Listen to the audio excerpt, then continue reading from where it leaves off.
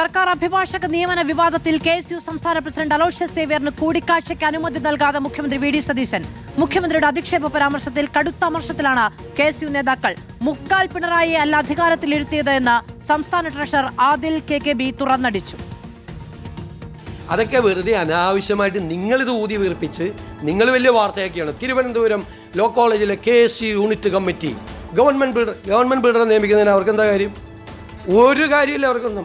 Government pleader നിയമനത്തിൽ മുഖ്യമന്ത്രി ഇന്നലെ നടത്തിയ ഈ പരിഹാസത്തിൽ കടുത്ത അമർഷം KSU പ്രവർത്തകർക്കിടയിലുണ്ട്. അതിനിടയിലാണ് സംസ്ഥാന അധ്യക്ഷൻ അലോഷ്യസ് സേവ്യറിന് മുഖ്യമന്ത്രി സന്ദർശനാനുമതിയും നിഷേധിച്ചത്.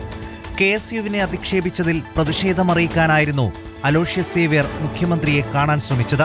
അതിനിടെ മുഖ്യമന്ത്രിയുടെ പരാമർശത്തിൽ കടുത്ത വിമർശനവുമായി KSU നേതാക്കൾ ഇന്ന് രംഗത്തെത്തി. അത് KSUകാരെ സംബന്ധിച്ചും ഈ പാർട്ടിക്ക് വേണ്ടി ജീവൻ നൽകാൻ തയ്യാറായ പ്രവർത്തകരെ സംബന്ധിച്ച് ഒരുപാട് പ്രതീക്ഷകളുണ്ട്.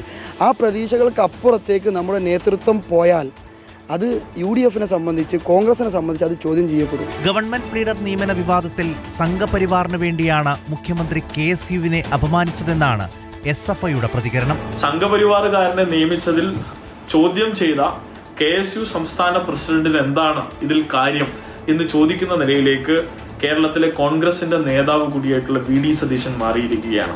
News desk reporter.